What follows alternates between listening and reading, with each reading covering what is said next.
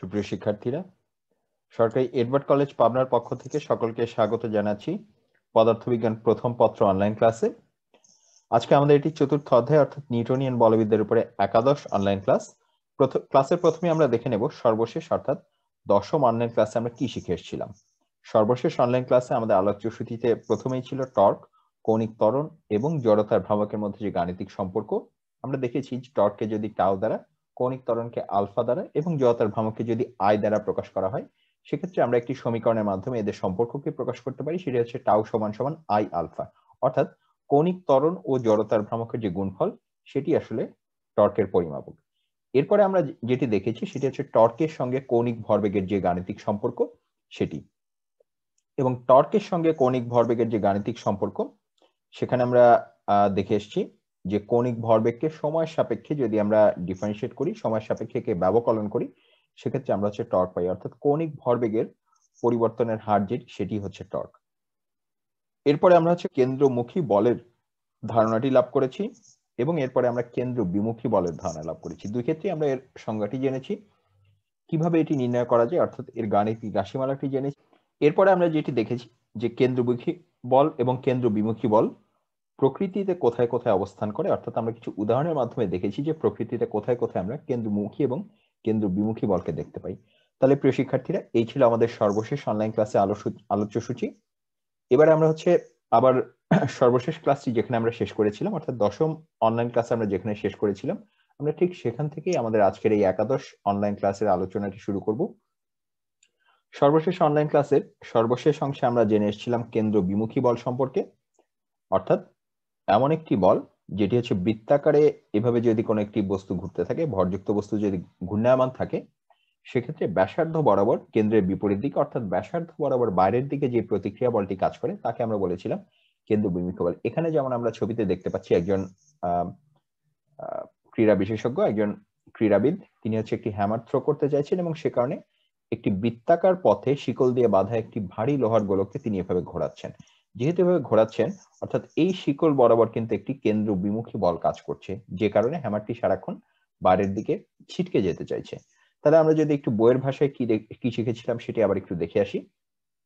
কেন্দ্রমুখী বা কেন্দ্র বিমুখী বা অপকেন্দ্র বল যেটি, সেটি আসলে এই বলের ক্রিয়ার কারণে ঘূর্ণনরত কোন একটি বস্তু বৃত্তাকার পথ হতে বিচ্যুত হতে চায়।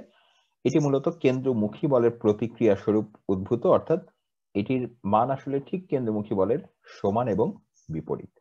তাহলে কেন্দ্রমুখী বলের প্রতিক্রিয়া স্বরূপ যে বল বৃত্তের ব্যাসার্ধ বরাবর বাইরের দিকে ক্রিয়া করে থাকে তাকেই আমরা কেন্দ্র বিমুখী বল বা অপকেন্দ্র বল বলে থাকি।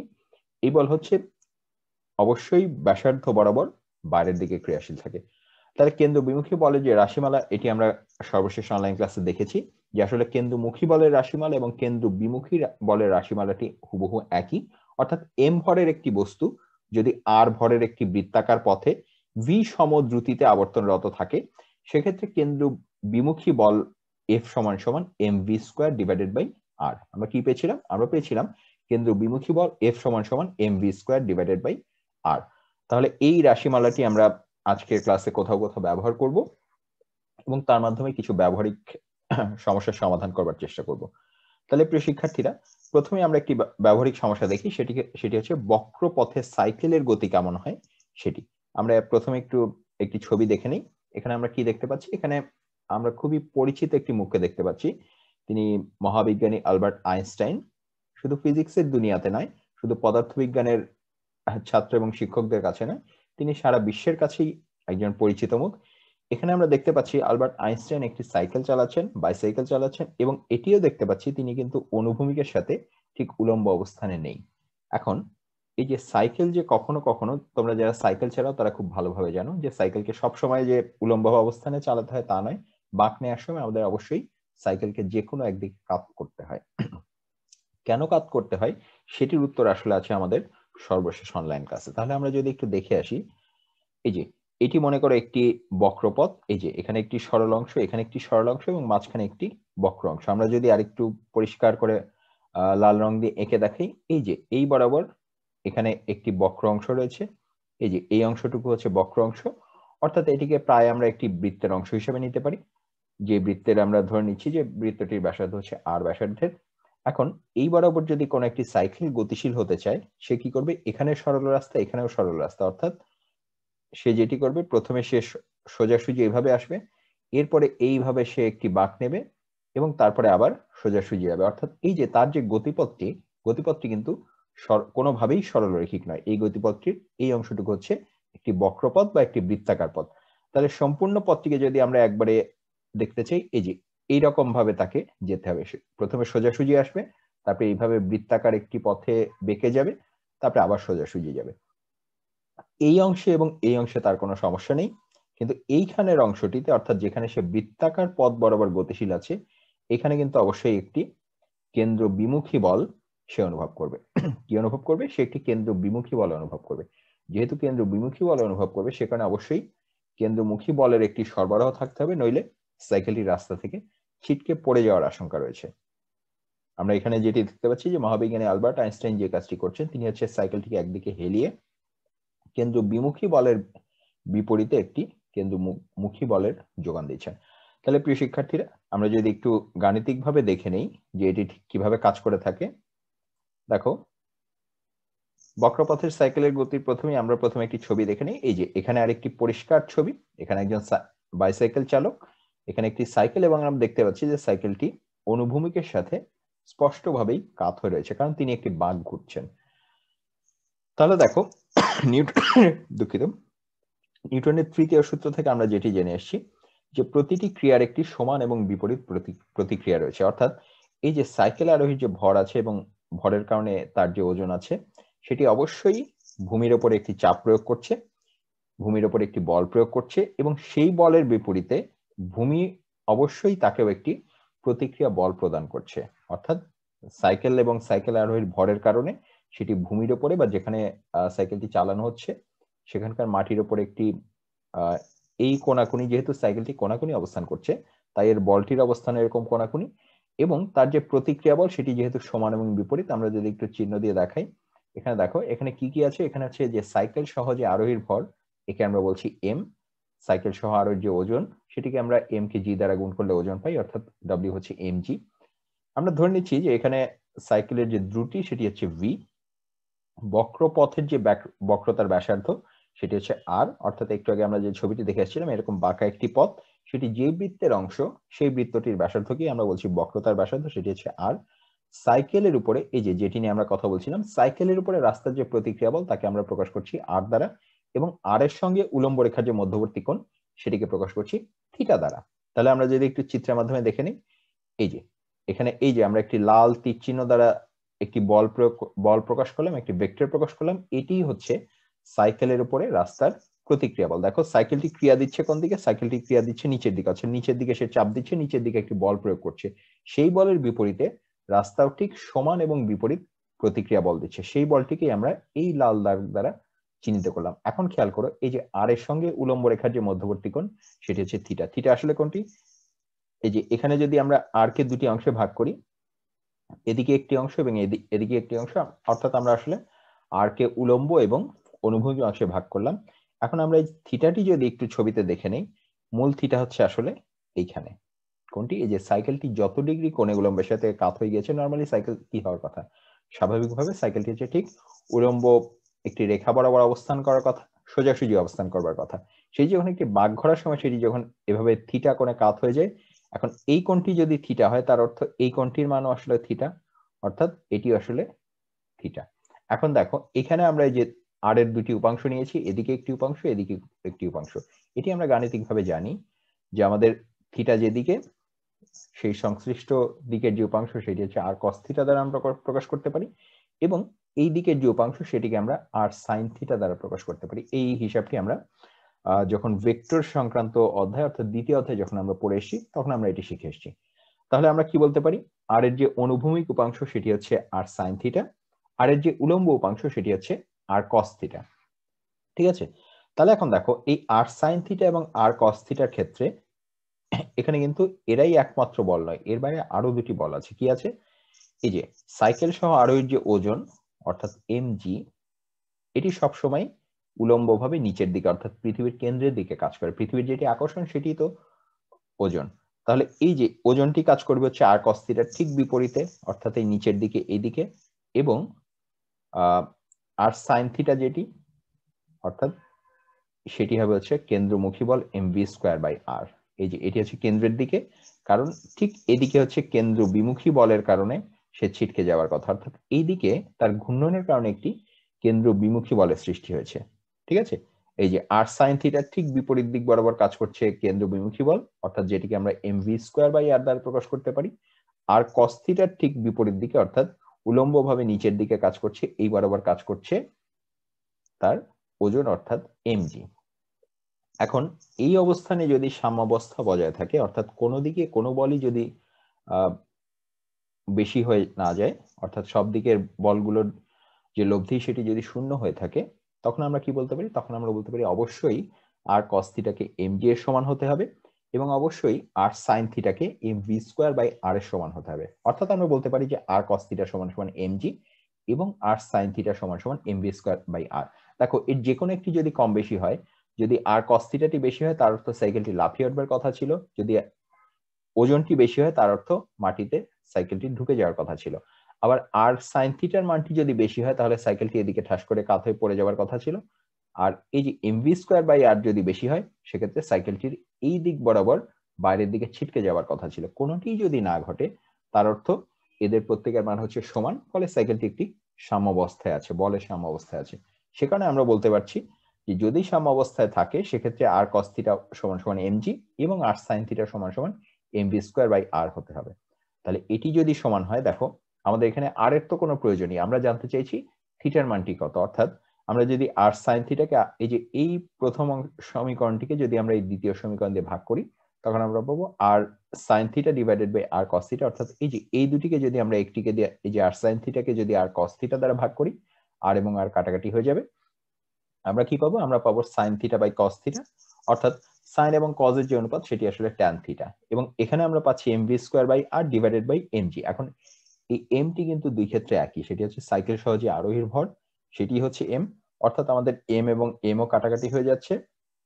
আমরা কি পাচ্ছি? আমরা পাচ্ছি ট্যান থিটা সমান সমান b square divided by rg। অর্থাৎ এখানে খেয়াল করো, এখানে কোথাও কিন্তু এই রাশিমালায় m নেই, অর্থাৎ এটি আসলে বস্তুটির বা সাইকেলের বা সাইকেল আরোহীর ভরের উপরে নির্ভর করে না।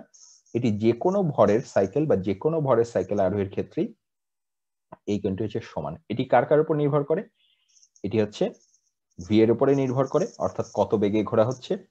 এটি হচ্ছে আর এর উপরে নির্ভর করে, অর্থাৎ রাস্তার বক্রতা কেমন, এবং এটি হচ্ছে জি এর উপরে নির্ভর করে। একটি নির্দিষ্ট স্থানে সাধারণত যেহেতু জি এর মান নির্দিষ্ট হয়, এবং একটি নির্দিষ্ট রাস্তার বাঁকের যেহেতু আর এর মানও নির্দিষ্ট হয়ে থাকে, অর্থাৎ তার বক্রতাটিও যেহেতু নির্দিষ্ট হয়ে থাকে, আমাদের এই ট্যান থিটার সাথে সরাসরি সম্পর্কটি আসলে ভি এর অর্থাৎ বেগের। অর্থাৎ নির্দিষ্ট একটি কোণে বাঁকতে হলে আমাকে অবশ্যই নির্দিষ্ট একটি বেগে গতিশীল হতে হবে। তাহলে প্রিয় শিক্ষার্থীরা, আমরা বক্র পথে সাইকেলের গতি সংক্রান্ত যে গাণিতিক রাশিমালা সেটি জানলাম, এবং জানলাম যে সাইকেলটি যদি উলম্বের সাথে থিটা ডিগ্রি কোণে বেঁকে গিয়ে থাকে, সাইকেলটি যদি উলম্ব রেখার সাথে থিটা ডিগ্রি কোণে বেঁকে গিয়ে থাকে, সেক্ষেত্রে অবশ্যই থিটা সমান সমান tan inverse V square by R G, এই সমীকরণটি তাকে মেনে চলতে হবে। তাহলে প্রিয় শিক্ষার্থীরা, এবারে আমরা যেটি দেখব সেটি হচ্ছে ব্যাংকিং কোণের ধারণা। সাইকেলের একটি সুবিধা ছিল, সাইকেল হচ্ছে একটি দ্বিমাত্রিক বস্তু। সাইকেলকে আমরা ইচ্ছা মতো ডান দিকে বা বাম দিকে কাত করে ফেলতে পারি, কারণ এটি দুই চাকার উপরে চলে। এখন একটি 4 চাকার গাড়ি কিংবা 8 চাকার গাড়ি কিংবা একটি 6 চাকার গাড়ি, অর্থাৎ একটি ত্রিমাত্রিক গাড়ি কিন্তু সহজেই এইভাবে ডানে বা বাঁয়ে কাত হতে সক্ষম নয়। সে কারণে এরকম কোন একটি বাঁকের মুখে যেটি করা হয়, রাস্তাটিকেই কাত করে দেওয়া হয়। কি করা হয়? রাস্তার বাঁকে যেহেতু মোটর গাড়ি বা রেলগাড়ি চালানোর জন্য একটি কেন্দ্রমুখী বলের প্রয়োজন হয়, সে কারণে এইরকম একটি বক্রপথে বস্তুটি যাতে কেন্দ্র বিমুখী বলের কারণে ছিটকে না যায়, সে কারণে গাড়িটিকে একটু কাত করে দেওয়া হয়। গাড়িটিকে কাত করার পদ্ধতিটি হচ্ছে রাস্তার বাঁকটি সবসময় কিছুটা ঢালু করে করা হয়, অর্থাৎ রাস্তার বাইরের দিক সবসময় ভেতরের দিকের চেয়ে কিছুটা উঁচু হয়। রাস্তার নিচু পাশ থাকে বক্রপথের কেন্দ্রের দিকে, রাস্তার উঁচু পাশটি থাকে হচ্ছে বক্রতার বাইরের দিকে। এই যে রাস্তাটি যতখানি কাত করে তৈরি করা হয়, রাস্তাটি যত ডিগ্রি কোণে ঢালু করা হয়, তাকে বলা হয় ব্যাংকিং। ঠিক আছে? অর্থাৎ ব্যাংকিং একটি কোণ। আমরা যদি এখন একটি বইয়ের ভাষায় সংজ্ঞাটি দেখে নেই, বাঁকা একটি রাস্তার বক্রতার দিকের পার্শ্বের অপর পার্শ্ব অপেক্ষা কিছুটা নিচু রাখা হয়, এই ব্যবস্থাকে রাস্তার ব্যাংকিং বলে।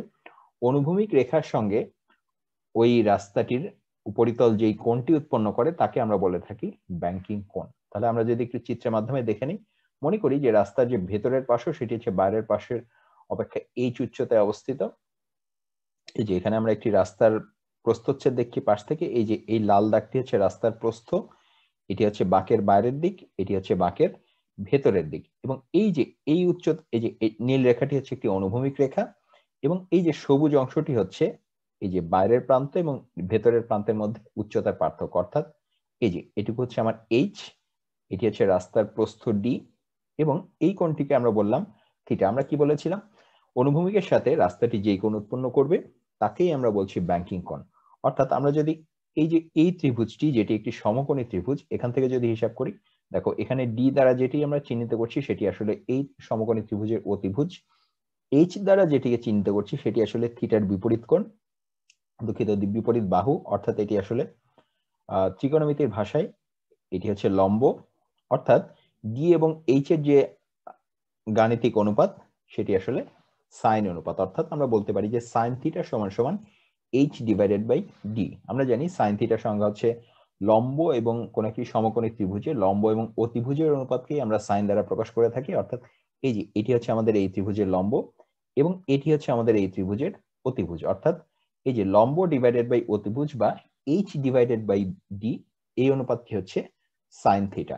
অর্থাৎ আমাদের যদি রাস্তার প্রস্থটি জানা থাকে এবং আমাদের যদি রাস্তাটি এক প্রান্ত আরেক প্রান্ত থেকে কতটুকু উঁচু বা কতটুকু নিচু সেটুকু জানা থাকে, এই দুটি তথ্য থেকে আমরা কিন্তু ওই রাস্তাটির ব্যাংকিং কোণ নির্ণয় করতে পারবো। কিভাবে পারবো? সাইন থিটা সমান সমান এইচ বাই ডি, এই সমীকরণটি সে অবশ্যই মেনে চলবে। তাহলে প্রিয় শিক্ষার্থীরা, আমরা ব্যাংকিং কোণের ধারণা পেলাম এবং পর্যাপ্ত তথ্য দেয়া থাকলে কিভাবে ব্যাংকিং কোণের মানটি নির্ণয় করতে পারবো তার গাণিতিক পদ্ধতিটি জানলাম। এবারে আমরা ব্যাংকিং কোণের সঙ্গে বেগের কি সম্পর্ক তার একটু গাণিতিক সম্পর্ক দেখে আসবো। তাহলে বক্র পথে গতিশীল যদি গাড়ির গতি আমরা আলোচনা করতে চাই, এই যে আমরা যেটি বলেছিলাম যে এখানে একটি গাড়ি বাঁক নিচ্ছে, অর্থাৎ অবশ্যই গাড়িকে যেহেতু বাঁকানো সম্ভব না, সে কারণে ব্যাংকিং কোণের মাধ্যমে এখানে রাস্তাটিকেই বাঁকিয়ে দেওয়া হয়েছে, অর্থাৎ রাস্তাটিকে একটি নির্দিষ্ট কোণে কাত করে রাখা হয়েছে। আমরা যদি এখানে একটি দাগ দিয়ে দিই, এটি হচ্ছে অনুভূমিক রেখা, অর্থাৎ এই যে অনুভূমিকের সঙ্গে রাস্তার মধ্যবর্তী যে কোণ, এটি হচ্ছে আমার ব্যাংকিং কোণ।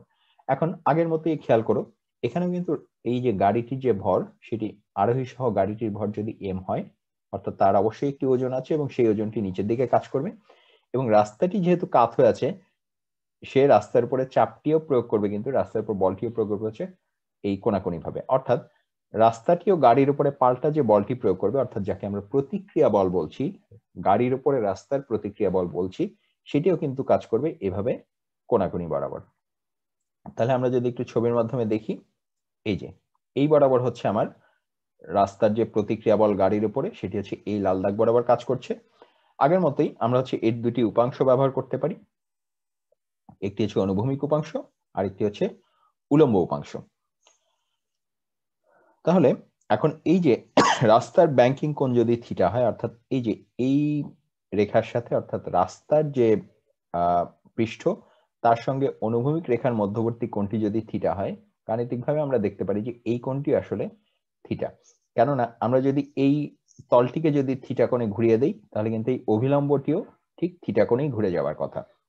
দেখো এই রেখাটি হচ্ছে এর উপরে লম্ব, এই রেখাটি হচ্ছে এর উপরে লম্ব, এই তলটি এবং এই তলটির মধ্যবর্তী কোণ যদি থিটা পরিমাণ হয়, তাহলে এই তলটি এবং এই তলটির মধ্যবর্তী কোণ আসলে থিটা পরিমাণই হবার কথা। অর্থাৎ এটি যদি এখন থিটা হয়, তাহলে আমরা কি বলতে পারি, আগের মতোই এই যে লাল যে ভেক্টরটি, লাল যে তীর চিহ্নটি, এটি দ্বারা হচ্ছে গাড়ির উপরে রাস্তার যে প্রতিক্রিয়া বল অর্থাৎ আর কে প্রকাশ করেছিলাম।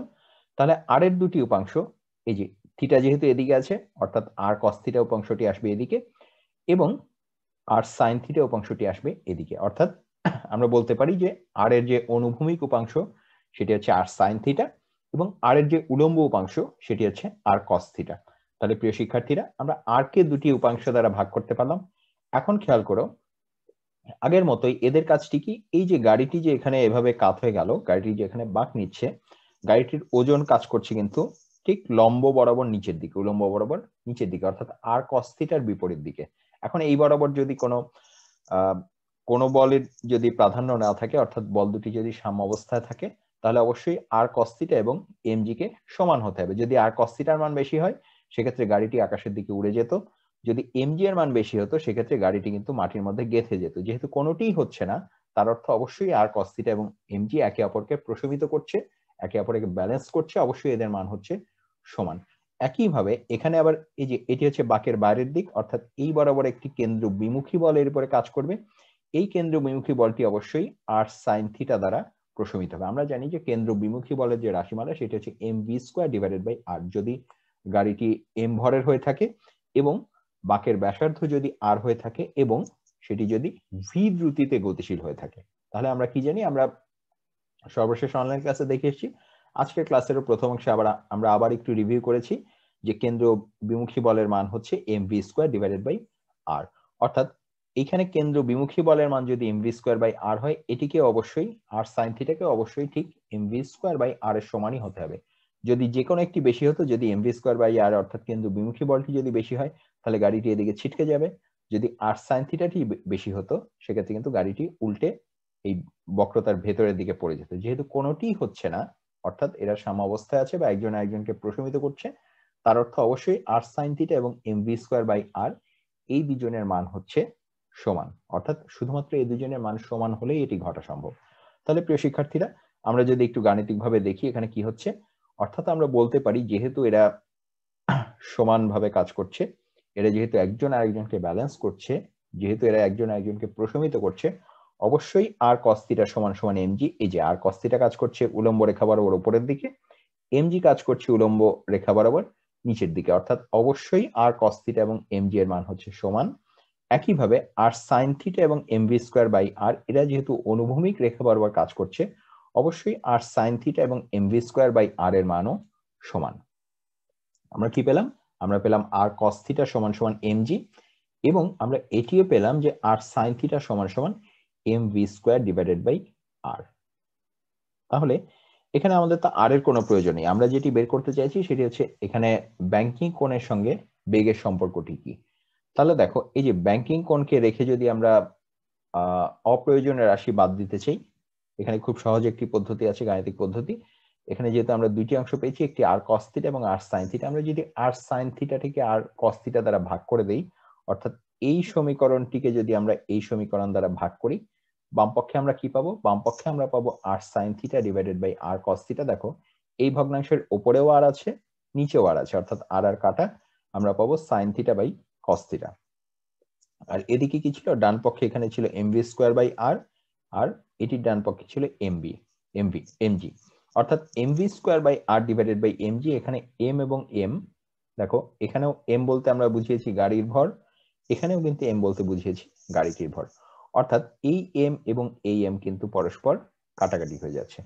তাহলে এই এম রাশি দুটি যদি কাটাকাটি হয়ে যায় সেখানে আমরা কি পাবো? আমরা পাবো V square divided by R G. অর্থাৎ এই যে বাম পক্ষে আমরা পাচ্ছি sine theta by cos theta, এটি আমরা গণিতের হিসাব থেকে জানি sine theta by cos theta মানে হচ্ছে আসলে এটি ট্যান এর অনুপাত, অর্থাৎ এটি আসলে ট্যান থিটা।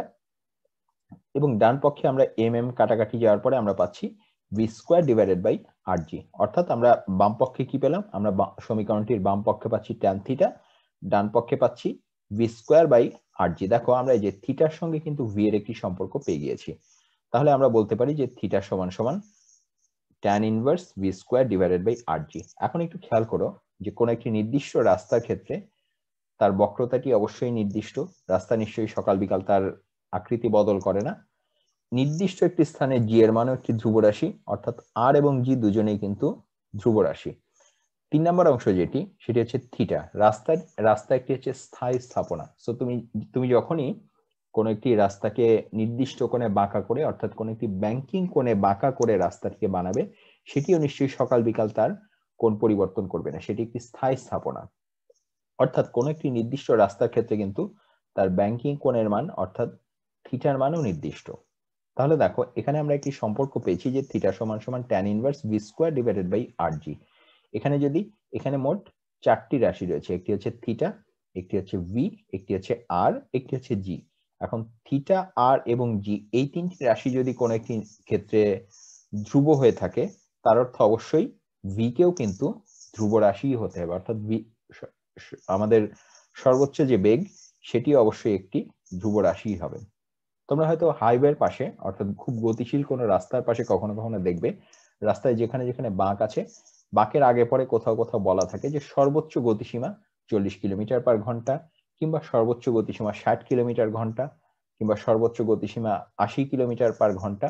এই হিসাবগুলি আসলে করা হয় ওই সংশ্লিষ্ট বাঁকের ব্যাংকিং এর সঙ্গে হিসাব করে। তোমরা এখানে খেয়াল করবে যে আমরা যদি ব্যাংকিং কোণ নির্দিষ্ট করে দেই এবং আর এবং জি কে নির্দিষ্ট করি, তাহলে কিন্তু আমাদের ভি এর মানটিও নির্দিষ্ট হয়ে যায়। অর্থাৎ এই ভি এর মানটি হচ্ছে যে সর্বোচ্চ যেই বেগ একে ব্যালেন্স করতে পারবে, অর্থাৎ সর্বোচ্চ যত বেগে গেলে গাড়িটি কিন্তু বিমুখী বলের কারণে ছিটকে পড়ে যাবে না, সেভাবে হিসাব করেই কিন্তু সবসময় এটি লেখা থাকে। অর্থাৎ কোন একটি গাড়িকে যদি নিরাপদে একটি বাঁক পার হতে হয়, তাহলে অবশ্যই রাস্তার সাইনবোর্ডে যেই সর্বোচ্চ গতিসীমাটি দেওয়া আছে সেই গতিসীমাটি তাকে মেনে চলতে হবে। যদি সেই গতিসীমার চেয়ে বেশি বেগে সে বাঁক ঘুরতে যায়, সম্ভাবনা আছে বা আশঙ্কা আছে রাস্তা থেকে ছিটকে গিয়ে কোনো একটি দুর্ঘটনা ঘটাবার। তাহলে প্রিয় শিক্ষার্থীরা, আমরা বক্রপথে গতিশীল গাড়ির গতি সম্পর্কে জানলাম, বক্রপথে গতিশীল গাড়ির যে ব্যাংকিং কোণ তার সঙ্গে বেগের সম্পর্কটি জানলাম, এবং এটি থেকে এটিও জানলাম যে কোনো একটি নির্দিষ্ট রাস্তার বাঁকের সবসময় একটি সর্বোচ্চ গতিসীমা থাকে, যেই গতিসীমার চাইতে বেশি বেগে বাঁক ঘুরতে গেলে কেন্দ্র বিমুখী বলের প্রভাবে গাড়িটি রাস্তা থেকে ছিটকে যেতে পারে।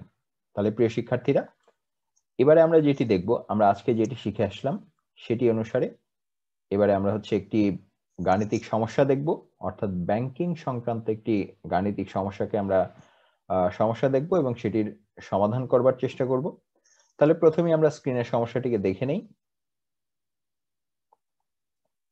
এখানে দেখো, এখানে সমস্যাটি কি বলছে। এখানে বলা হয়েছে যে একটি রেল লাইনের বাঁকের ব্যাসার্ধ 300 মিটার এবং পাত দুটির মধ্যবর্তী দূরত্ব 1 মিটার।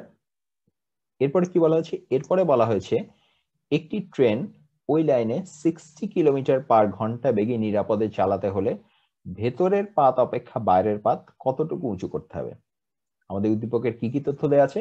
এখানে প্রথমে বলা আছে একটি রেল লাইনের বাঁকের ব্যাসার্ধ হচ্ছে 300 মিটার, এরপরে বলা আছে পাত দুটির মধ্যবর্তী দূরত্ব হচ্ছে 1 মিটার, এবং এখানে একটি ট্রেন চালানোর কথা বলা হচ্ছে যে ট্রেনটি হচ্ছে 60 কিলোমিটার পার ঘন্টা বেগে গতিশীল হবে, এবং জিজ্ঞাসা করা হয়েছে যে ভেতরের পাত অপেক্ষা বাইরের পাত কতটুকু উঁচু করতে হবে। তাহলে কি কি দেয়া আছে এবং কি নির্ণয় করতে হবে সেগুলোকে আমরা যদি তালিকা করে ফেলি, আমরা দেখতে পাবো যে এখানে কি দেয়া আছে। প্রথমেই দেয়া আছে যে রেল লাইনের বাঁকের ব্যাসার্ধ 300 মিটার, অর্থাৎ এটি হচ্ছে, আমরা যদি বীজগাণিতিক ভাষায় প্রকাশ করি, বাঁকের ব্যাসার্ধ r = 300 মিটার।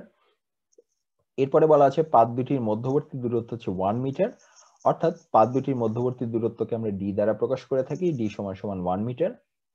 এরপরে যেটি বলা আছে যে ট্রেনটি চলবে হচ্ছে 60 কিলোমিটার পার ঘন্টা বেগে। এখানে একটি কথা খেয়াল করবার আছে, দেখো 300 মিটার এবং 1 মিটার দুটি রাশি কিন্তু এসআই এককে ব্যবহার করা হয়েছিল, কিন্তু 60 কিলোমিটার পার ঘন্টা অর্থাৎ বেগের মান যেটি দেওয়া আছে সেটি কিন্তু এসআই এককে বা প্রচলিত এককে দেয়া নেই। প্রচলিত এককে আমাদের এসআই সিস্টেমে বেগের যে একক সেটি হচ্ছে মিটার পার সেকেন্ড। অতএব প্রথমেই আমরা এই যে বেগের মানটি যে দেয়া আছে সেটিকে এসআই এককে রূপান্তর করে নেব। তাহলে আমরা কি করতে পারি, 60 কিলোমিটার পার ঘন্টা মানে হচ্ছে প্রতি ঘন্টায় 60 কিলোমিটার যাচ্ছে, অর্থাৎ তার সরণ হচ্ছে 60 ইন্টু 1000 মিটার। 1 কিলোমিটার মানে হচ্ছে 1000 মিটার, অর্থাৎ 60 কিলোমিটার মানে হচ্ছে 60 ইন্টু 1000 মিটার। আর সেটি কতক্ষণে যাচ্ছে? 1 ঘন্টায়, অর্থাৎ 1 ঘন্টা মানে হচ্ছে 60 মিনিট ইন্টু 60 সেকেন্ড, অর্থাৎ টোটাল 3600 সেকেন্ড। তাহলে আমরা এখানে কি পাচ্ছি? আমরা পাচ্ছি 60 ইন্টু 1000 ডিভাইডেড বাই 60 ইন্টু 60, অর্থাৎ 1000 ডিভাইডেড বাই 60। তাহলে এখানে উপরে যেটি আছে সেটি হচ্ছে মিটারে, নিচে যেটি আছে সেটি হচ্ছে সেকেন্ডে, অর্থাৎ এই হিসাবটুকু আমরা করলে যা পাবো সেটি হবে মিটার পার সেকেন্ডে বেগের মান। তাহলে সেটি আমরা এখানে হিসাব করে পেয়েছি 16.67 মিটার পার সেকেন্ড। তাহলে আমরা কি পেলাম? আমরা পেলাম এই যে ট্রেনের সর্বোচ্চ যে বেগটি দেয়া আছে 60 কিলোমিটার পার আওয়ার, সেটির অর্থ আসলে হচ্ছে 16.67 মিটার পার সেকেন্ড। তাহলে প্রিয় শিক্ষার্থীরা, আমরা এখানে কি কি পেলাম?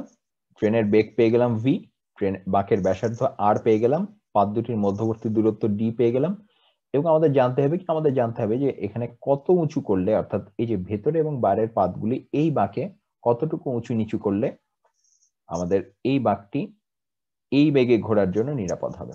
তাহলে আমরা কি কি জানি? আমরা এই সংক্রান্ত দুটি গাণিতিক সম্পর্ক জানি। একটি হচ্ছে আমরা জানি tan থিটা সমান সমান v স্কয়ার বাই rg, আরেকটি জানি sin থিটার সঙ্গে h এবং d এর একটি সম্পর্ক। এখন আমরা যেহেতু থিটার মানটি জানি না, সেক্ষেত্রে আমরা সরাসরি d এবং h এর সম্পর্কটি ব্যবহার করতে পারছি না। আমরা প্রথমে যেটি ব্যবহার করব যে আমরা জানি tan থিটা সমান সমান v square divided by rg। আমরা এই সমীকরণটি কেন ব্যবহার করলাম এখানে? কেননা এখানে আমরা v এর মানটি দেয়া আছে, r এর মানটি দেয়া আছে এবং g এর মান আমরা জানি। যদি আলাদা করে কিছু বলা না থাকে সেক্ষেত্রে g এর আদর্শ মান যেটি সেটা হচ্ছে 9.8 মিটার পার সেকেন্ড স্কয়ার। তাহলে প্রিয় শিক্ষার্থীরা, এই যে আমরা যে জানি tan থিটা সমান সমান v square divided by rg, এখানে যদি আমরা মানগুলো বসিয়ে দিই, এই যে আমাদের v এর মান হচ্ছে 16.67 মিটার পার সেকেন্ড। এই যে এখানে v স্কয়ারের বদলে আমরা বসিয়ে দিলাম 16.67 স্কয়ার।